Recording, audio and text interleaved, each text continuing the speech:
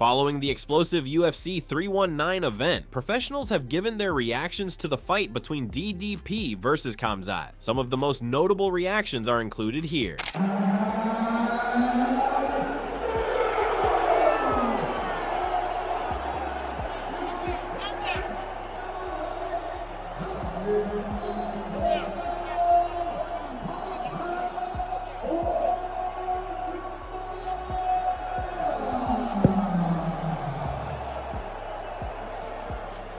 What are you feeling right now, my friend? Like normal fights. I like to be in the cage more than outside, so it was fun. Last minute, get some punches. Be happy. There is a new UFC middleweight champion. His name, Khamzat Chimaev. One of the most dominant performances that we've ever seen in a UFC title fight ever. He beats Dricus Du Plessis. I'm not making it up! I'm not making it up! I'm not making this shit up! They avoid combat at all costs! You are a human! Get out of this combat sport! Ah! Chimaev landed a shot that looked like it could have hurt! Chimaev landed a punch that maybe could have caused damage to his opponent. Ah! He did it again! That actually might have hurt Dricus! There might be a chance that Dricus winced at that shot. What are we doing, dude? We can't put this on Paramount! We can't put this on Paramount! Cancel the deal! Dricus gets on top. Dricus is in mount! Dricus is in mount! Oh my god! No! Dricus has to choke? No. Dude, Dricus, do something, brother. You got 10 seconds left. So Dricus tends to use explosive leg, heels to the floor, sit up, torso kind of get-ups. These require a lot of energy and they create a lot of motion, and it's a big problem. But if I'm Dricus, I'm just hanging out. Yeah, all right, so Khamzat Chimaev is your new champion. Bro, I have so much to say on the post-fight show. I have so much to say about that performance. I have so much to say about that. Big kick from Dricus. Chimaev shoots in and gets it. Ah, it's over, chat. He got the body lock again. He avoided combat again. Back to his position against the cage, holding another man up against the cage and knee in the thigh. Oh no, dude. What's Chimaev? Dude, 5 seconds left. Anything could happen. Ah! No, nothing happened because it's a f***ing Chimaev fight. That dominance was insane by Khamzat. The boogeyman becomes the champion. Yeah. 50-44 on all three judges' scorecards. It goes the distance. And the best way to describe this fight, in my opinion, was domination. Absolute, total domination. Just listen very quickly to some of these numbers here. Khamzat Chimaev landed 510 strikes, according to ESPN's Fight Center. 510 strikes in this 5-round fight.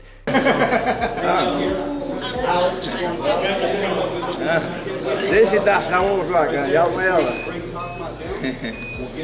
Dat is doen ik kijk hoe doe mij de raad. En ga je afstel als je zit daar iets ga je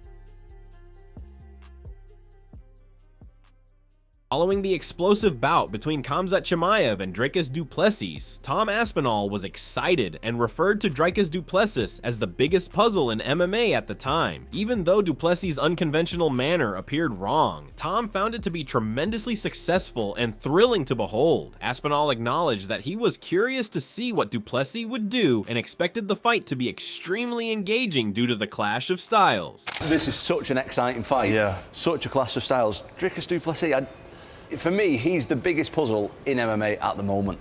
I don't know what he's going to do, man. I'd like to talk about his style. We're going to talk about his style. Is that because it's not textbook? It's because it looks so wrong, but it's so effective. It just works. It just works. Like, I am so excited and intrigued to watch this guy fight. I don't know what he's going to do. I think, this is no disrespect, I think half the time he doesn't know what he's going to do. And it just works. Whatever he does, it just works. He's unorthodox. He's got this herky-jerky, weird rhythm style, and it looks ugly to watch, but it's effective. It's super effective, super tough guy. Cardio's through the roof. I know he had the issue with his nose that he's got fixed, so now he's pushing on with the cardio, and especially when we've seen Khamzat Chimaev kind of fade a little bit in the Usman fight. I think this is going to be super interesting, man, to see what he does. Reflecting further on the matchup, Tom Aspinall had said that the DDP versus Khamzat bout completely baffled him, but he vowed never to question Dricus Du Plessis again. He couldn't bring himself to choose a winner, but he had admitted that Khamzat was an absolute beast who could bring opponents down. He believed that everyone adored MMA because of its unpredictable nature, which was precisely what made the battle so thrilling. Ever think that DDP is going to lose again. Wow. I just don't know. He just finds a way to win. Against Khamzat Chimaev, though, someone that I've shared a card with a couple of times, in Abu Dhabi, funny enough. Khamzat Chimaev is an absolute beast, man. And if he can get that back control and start that cycle that he does, of dragging guys to the ground, going for the submissions, punching them from there, punishing them, tiring them out.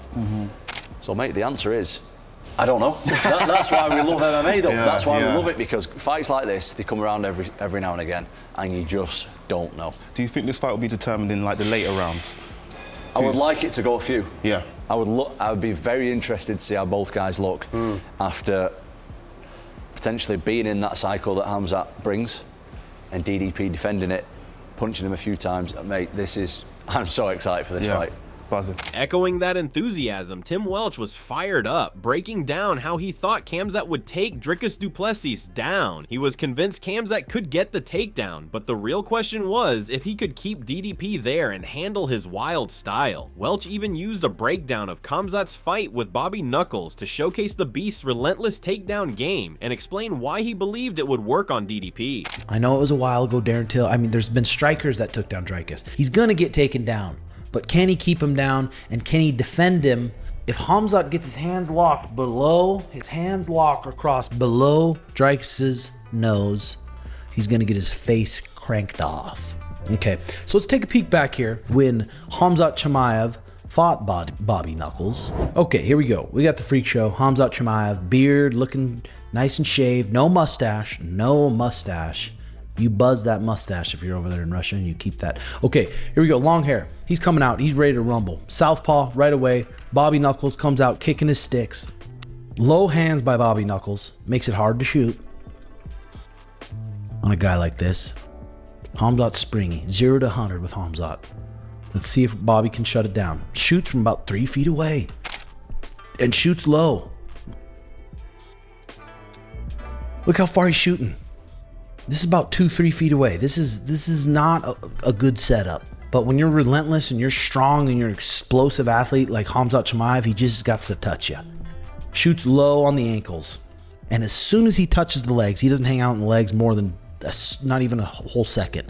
Touches the legs, crawls up to the hips right away. Got a body lock. Strong body lock. Hops onto the back like he always does. He's going to do it to Dricus too. Can Dricus shut it down? We're going to find out. Behind the armpits.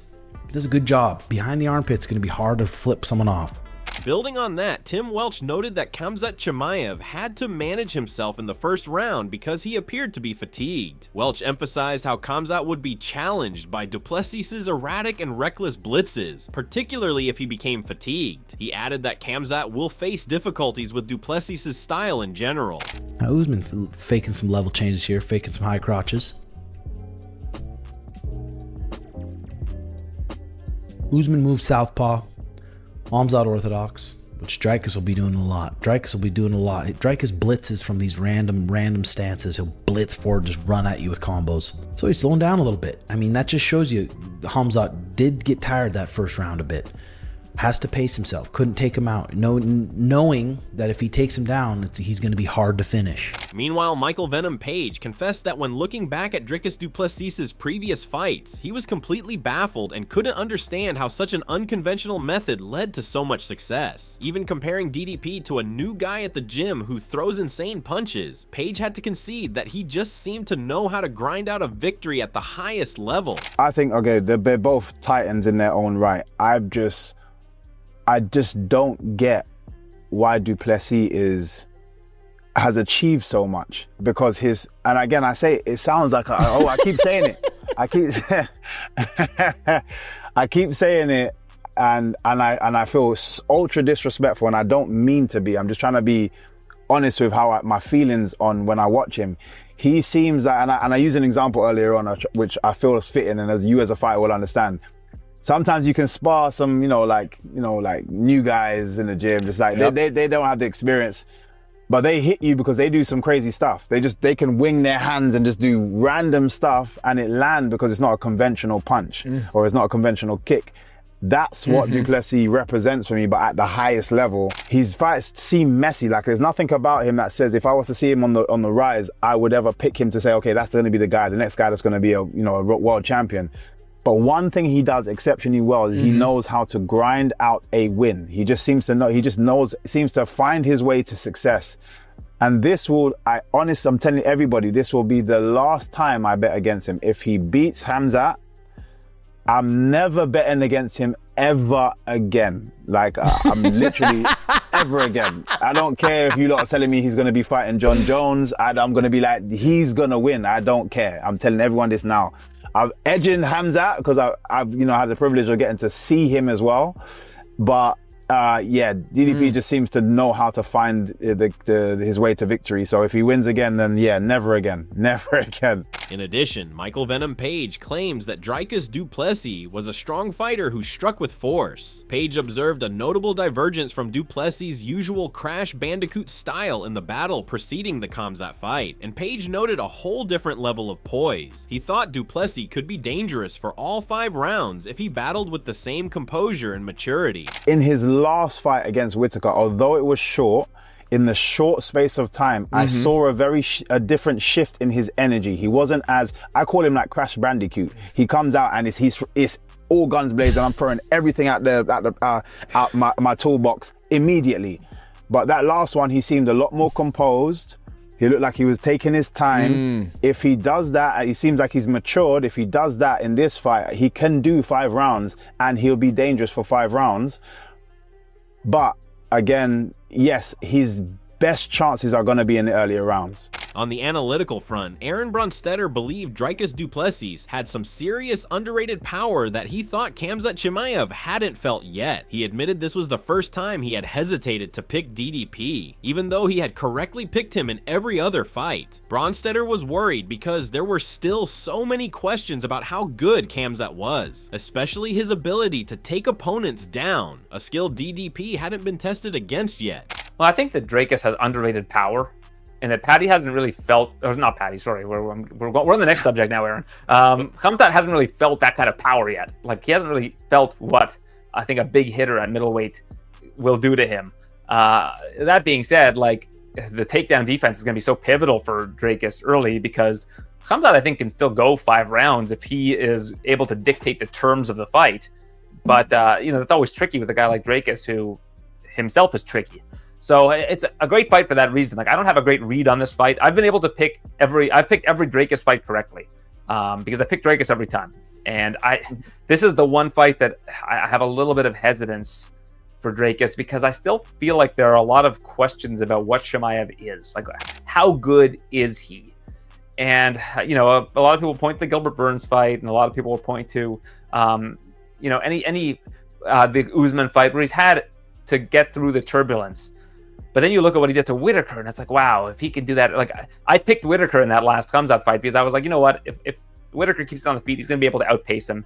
He's going to tire him out, and he's going to beat him down the stretch. And that's kind of the same way that I'm looking at this Dricus fight, and that's what gives me some pause here, because all it takes is Khamzat to take you down, make your life miserable. And we haven't seen Dricus's grappling tested by anybody even close to what Chimaev has been in that realm. So that's what gives me a little bit of pause on this one. I'm still mulling over exactly which side I like. Shifting the focus, Mike Heck was loving the trash talk from Dricus Du Plessis' head coach, who had been verbally tearing into Khamzat. While Heck agreed with the coach that Khamzat's striking was pretty one-dimensional, he brought up a different take on the Gilbert Burns fight, calling it one of Khamzat's best wins. Heck argued that Khamzat still found a way to win even on an off night, which showed he could be dangerous without his A-game. I love what Dricus and his team continue to say. Like, Dricus' head coach talking about Chimaev on UFC Countdown is like one of my favorite things. His head coach is a real character. He's just like, look, we're just gonna tackle this dude and put him on his back. He goes, look what Gilbert Burns and Kamaru Usman did with him. When they attacked his grappling,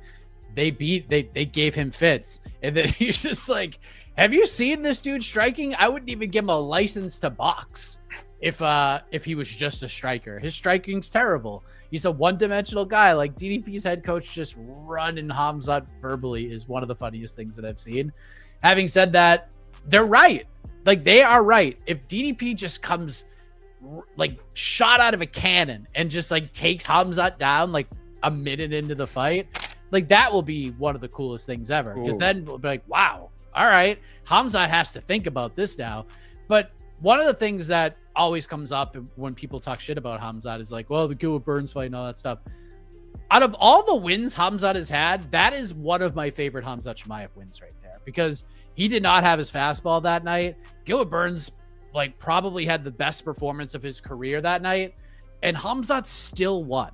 Like, he still found a way to win with like just his changeup. Likewise, Brendan Schaub had referred to Dricus Du Plessis as one of the most formidable fighters in history. He outlined a scenario in which DDP's extraordinary tenacity and training would keep him in the fight, even if Khamzat's wrestling would dominate the first few rounds. Schaub had thought the bigger, tougher DDP would win, because a weary Khamzat would slow down as the battle progressed into the final rounds. DDP, if he's tossed anything, you don't bet against DDP.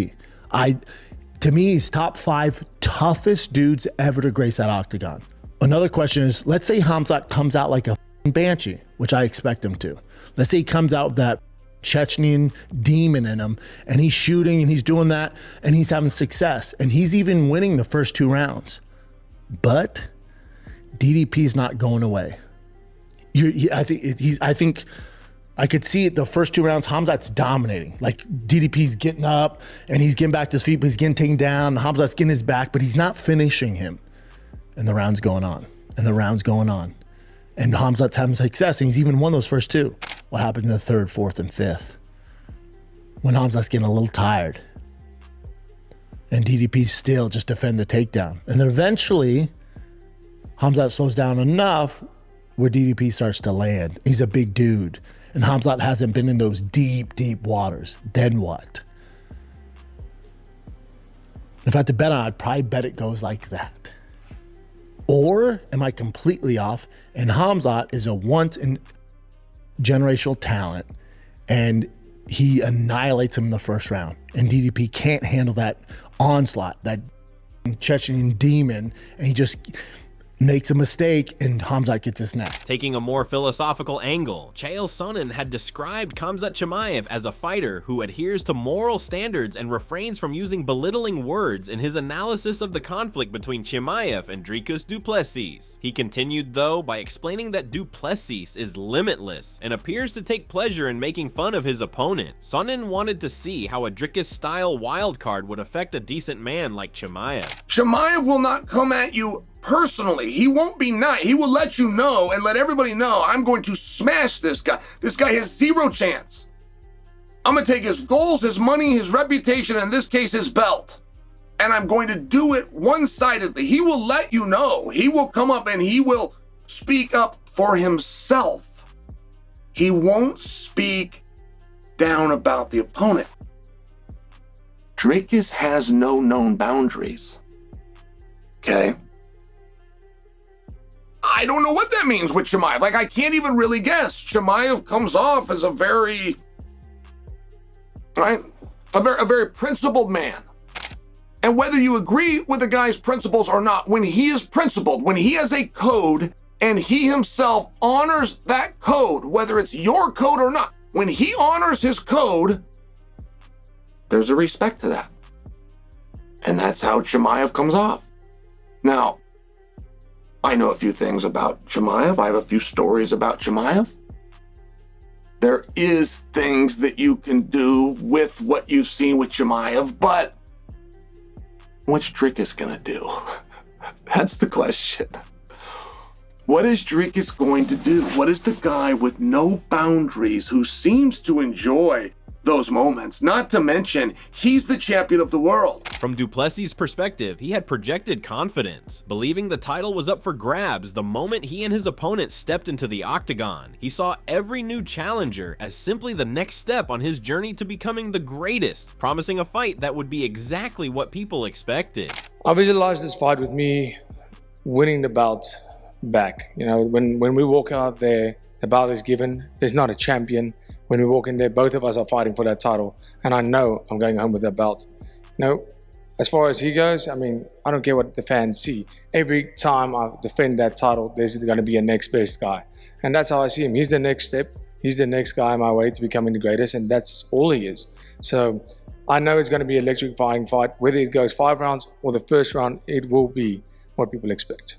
Turning to physical dynamics, Josh Thompson had made it clear that while DDP is a big guy, people tend to forget just how massive Chimaev is. Thompson felt this size gap was a major reason why Chimaev couldn't fight at 170 pounds or take on Islam Makhachev. He even pointed to a photo of the two to back up his claim, noting how DDP was looking up at a much larger Chimaev. Chimaev's big.